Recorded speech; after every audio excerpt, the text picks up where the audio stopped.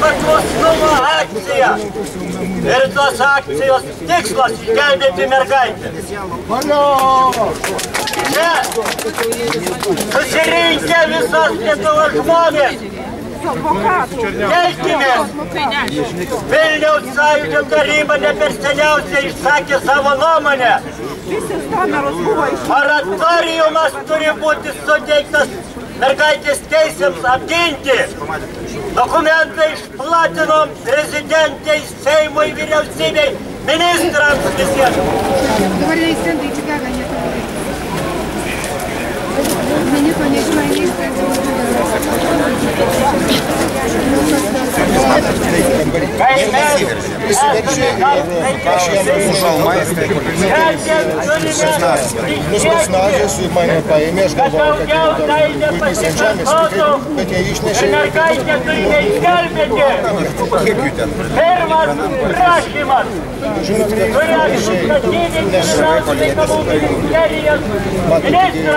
Vaiką laikinė.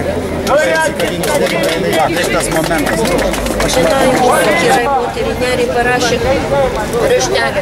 Aš myliu jūs visus, kurie mane saugo. Mes dukam su kalnu, durniavom, laksim pakėvą. Aš negalvoju niekada, kad taip atsitiks. Aš negalvoju. Tatjana Mikėvičiūtė. Ne, mes iš Kauno. Tai nematėt, bet girdėdam, klykėme, tai klykė. Matėm, lygiai vaizdo įrašas yra pavyzdžiui, bet net tai aišku, kaip Stankūnaitė ir Černiauskas. Ir dar kažkas trečias. Čia Černiauskas iš viskas negali. Černiauskas ir Stankūnaitė. Išnešė, sakė, kad Černiauskas. Ir juos apsupę 8 ar kiek pagrindinė kišo tą baltą autobusu.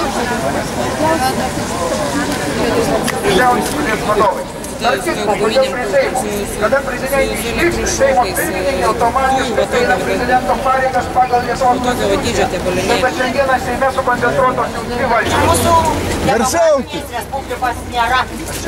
Nėra, tikrai patikėkit. Mačiau tos vaizdus, negaliu žinokit, visi atvažiavom iš Kauno, važiuoja dar žmonių iš Kauno. Tai yra kažkas tai baisaus. Mergaitė niekada netikėkit, jeigu skleis tokias kalbas, kad mergaitė išėjo savo norų. Į ją išnešė rėkiančią, šaukiančią.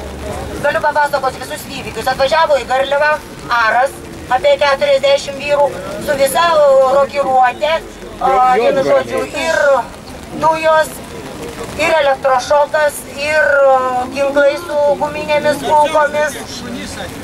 Vienu žodžiu, ir ginklai su guminėmis kulkomis. Prie to dar policijos pajėgos dvigubai didesnės buvo. Apsuko visą rajoną. Žmonės nuo durų išmėtė, kaip šunyčius kokius, nes mes stovėjom ramiai prie durų. Nei vienas, nei ginkluotas, nes net skėčių neturėjom pasiėmę. Visi buvo padėti skėčiai, kad nebūtų jokių provokacijų. Vienu žodžiu, namo duris išpjovė, kadangi mergaitė šaukė, kad neatrakintų, tai išpjovė. Kitas duris išdaužė langą ir atidarė. Tada išnešė senelį, neapsirengusi va į tokį orą, ir iš paskos senelio išnešė 4 vyrai, vienu žodžiu senelį išnešė, paskui išnešė kėdienę senąją, net basom kojom išvežė į policijos komisariatą. Įsivaizduojat? Va šitokia mūsų demokratija. Antstolė, plėšdama duris, norėdama kuo greičiau atidaryti duris, suplėčia Lietuvos Respublikos vėliavą.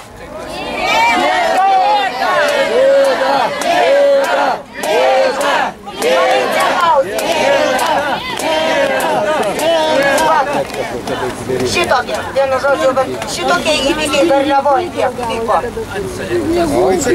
Vaicekauskienė. Ir motinėlė. Jo, tai va. Va šitokie, mes esam be galo sukrėsti, po to dar nesiskirtęs turbūt gerą pusvalandį visos tos pajėgos, matomai dėl to, kad leistų atsitolinti Stankūnaitė su jos automobiliu. Vienu žodžiu, Stankūnaitė su savo advokatu išnešė mergaitę šaukiančią. Stankūnaitė, kai įėjo į namą, mergaitė dar garsiau pradėjo šaukti. Mergaitė sėdėjo ant Neringos Venckienės kelių ir apsigabinus kaklą laikėsi. Tai žinokit, buvo išplėšta mergaitė iš Venckienės, vienu žodžiu, išplėšta nuo Venckienės kelių, nes mergaitė pati apsigabinosi, Venckienė laikė ir šaukė, kad nenoriu niekur eiti.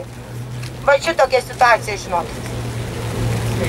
Va, ką galiu, tai tokie įvykiai. Ryto herojus tai yra Gintaras Songaila, kuriam pavyko ryte pakalbėti su prezidente pačio ėmimo metu. Tai dabar duodu mikrofoną, kad jis papasakotų pokalbį su prezidente.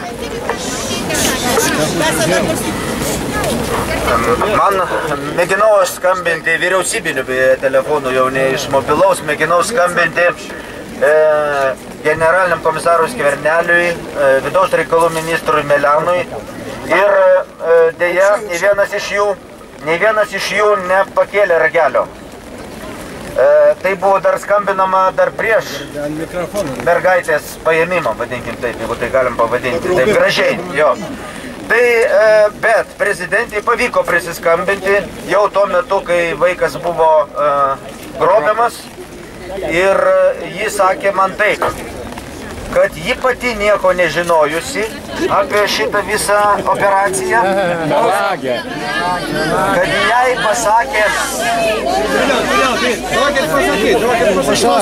kad jai pasakė paskambinęs profesorius Landsbergis ir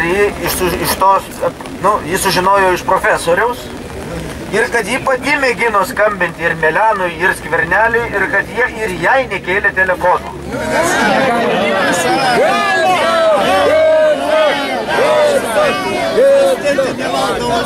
Galiu pasakyti, kad ji užsiminė apie tai, kad Skverneliui spaudimas buvo daromas jau seniai. Ir aš noriu jums priminti, kad šiuo atveju ir aš nelabai tikiu jos žodžiais, nes jūs noriu priminti, kad Skvernelio paskirimas priklauso būtent nuo prezidentės. Jeigu prezidentė padėtų Skverneliui apsiginti nuo spaudimo, tai aš manau to ir užtektų. Nes generalinį komisarą skyrė prezidentė. Tai dėja, dar ką jį pasakė, kad galimai čia yra tam tikros oligarkinės struktūros, kurios yra savininkai, LNK ir kiti, kurie ten palaiko tą kitą pusę ir panašiai. Nu, patys spręskite, kokia situacija yra valstybė. Jeigu iš tikrųjų prezidentė nežinojo apie tą operaciją, tai yra blogai, o jeigu žinojo ir sako netiesą, dar blogiau.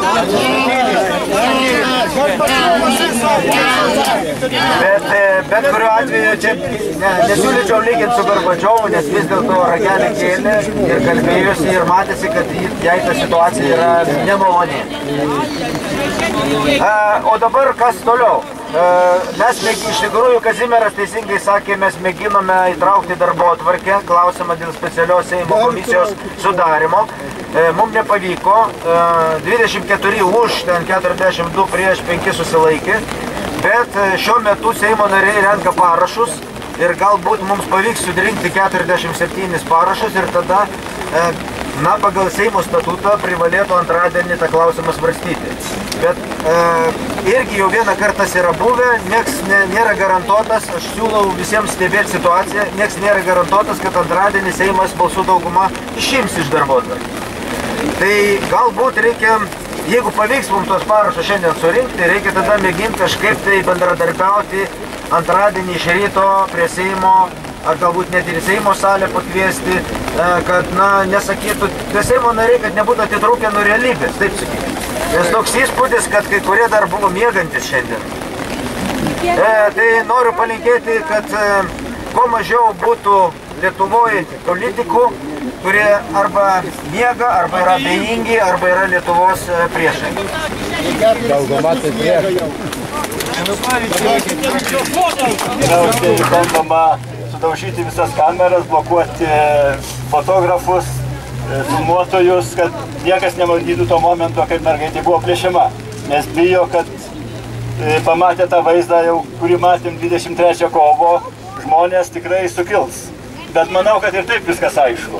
Kad jinai buvo išplėšta per jėgą, dabar atrodo buvo bandyta vežti į vaiko raidos centrą, ten būti žmonės irgi žiūri, kol kas neatvežta, bet irgi gandas, kad tarsi į Karmėlavą juda ten tas visas, kaip čia pasakyti, su ekskortu dideliu ir bus jinai skraidinta.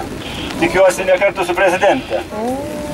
Tai čia vaikščio aplinkui vienas žmogus sako, man gėda, kad aš esu pilietis šitos valstybės. Tai aš irgi sakau, man gėda, kad aš esu Seimo narys šitos tokios reiškia valstybės, bet piliečių būti tikrai negėda.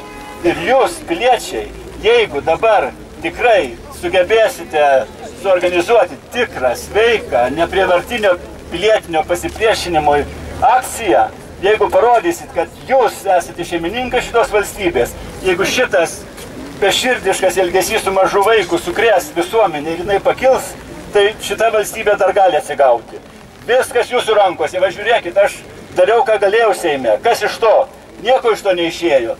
Jūs žmonės, jūs piliečiai galite išgelbėti Lietuvą. Ir aš jūsų meldžiu, padėkite mergaitei, padėkite Lietuvai, padėkime vienas kitam, kad mes galėtume jaustis orus, kad galėtume didžiuotis, kad esame lietuviai, kad nebūtumėm tripiami, nebūtumėm vaikomi, nebūtumėm varomi iš centrinės, svarbiausios Lietuvos aikštės.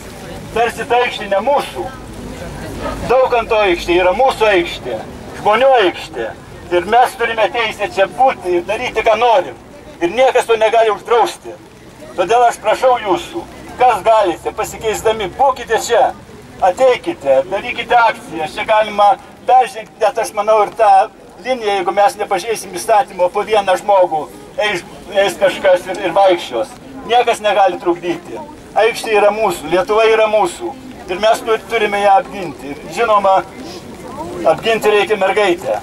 Nes jeigu mes jos neapginsim, jeigu mes nežinosim, kur jinai yra, kaip nežinom, ir aš pats, būdamas parlamentinės grupės vadovas, 3 mėnesius bandau išsiaiškinti, kur yra jos pusseserė, kuri išvežta į Vokietiją.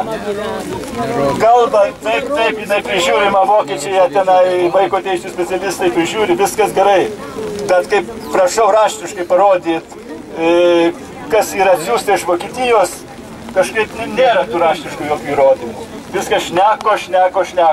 Kaip ir dabar vyksta siaubinga propagandinė akcija. Žiūrėkite, kokios, reiškia, propagandinės jėgos. Tai yra informacinis karas. Kas patyrė tą sąjūdžio laikais, kas šiek tiek domisi informaciniais karais, mato, koks vyksta informacinis karas dabar. Prieš ką? Kaunas Vilnius. Prie Vilniaus buvo sustabdytas autobusas.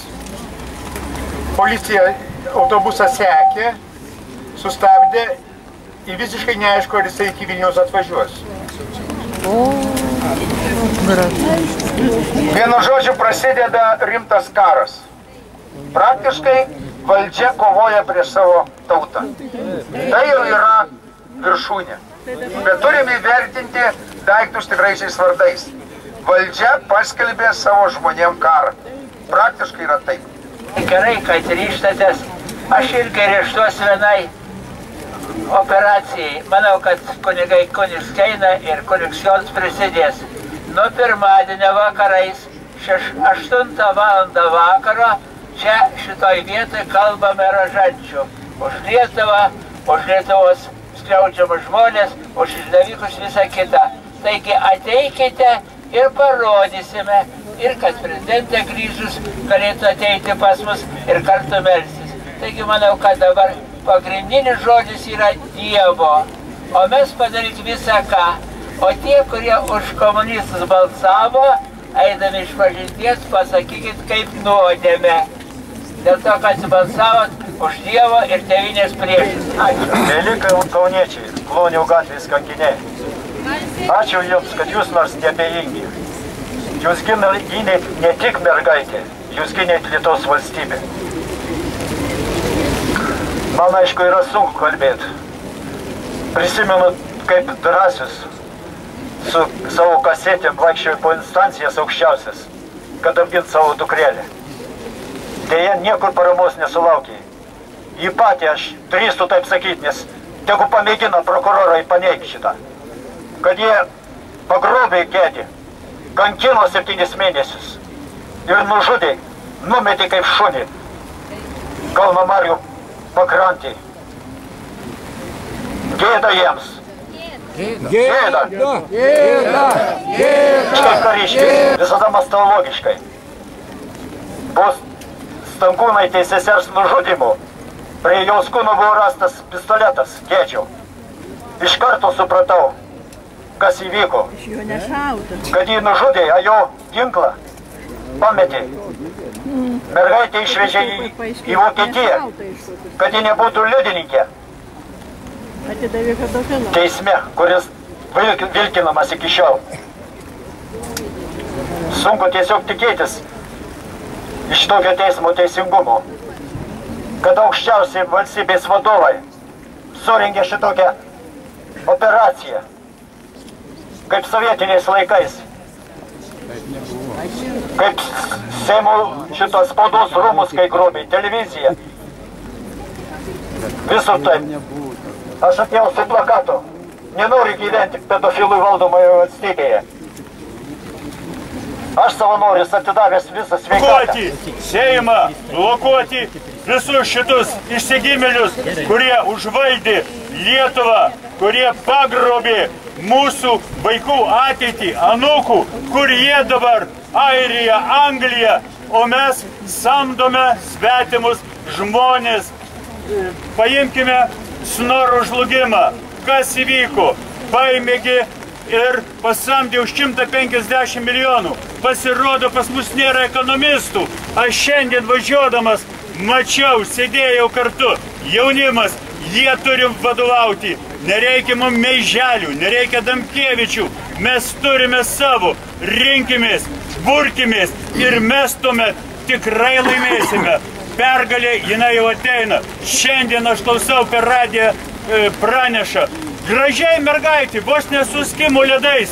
Paviliota, jinai išėjo. Ją prievarta paėmė. Ją brutaliai jėga. Melas. Taip negali būti. Lietuva! Lietuva! Lietuva! Lietuva! Lietuva! Lietuva! Lietuva! Lietuva! Lietuva! Lietuva! Iš prievartauto Lietuva! Mėly broliai ir seserys, mėly piliečiai, mėly lietuviai, mėly kitų tautybių žmonės, kurie supranta visi vienodą skausmą. Visiems skaudėtų, jeigu jų dukras atimtų. Mes juk prisimenam, ką darė mūsų protėviai. Jeigu paimdavo ir puldavo priešas, jie gindavo ką pirmoiliai, savo vaikus, savo žmonas. Šiandieną mes čia ir atvažiavome iš Šilutės, tik tai gavę žinią ir šiandien sakau, mes esame Lietuvos valstybė, ne prezidentė, ne Seimas, ne kažkas kitas. Mes esame valstybė, mes kiekvienas. Ir kiekvienas prisimkim atsakomybę, kiekvienas į savo širdį. Kiekvienas savo širdyje, jeigu mes nešiojamės Lietuvą, Lietuva išliks. Ir nepasiduokime tom visom kalbom, kad mes pralošime, neišgelbėsime visą kitą. Mes esame valstybė. Kol aš stoviu, reiškia valstybė stovi. Taip, kad stovėsime ir valstybė stovės.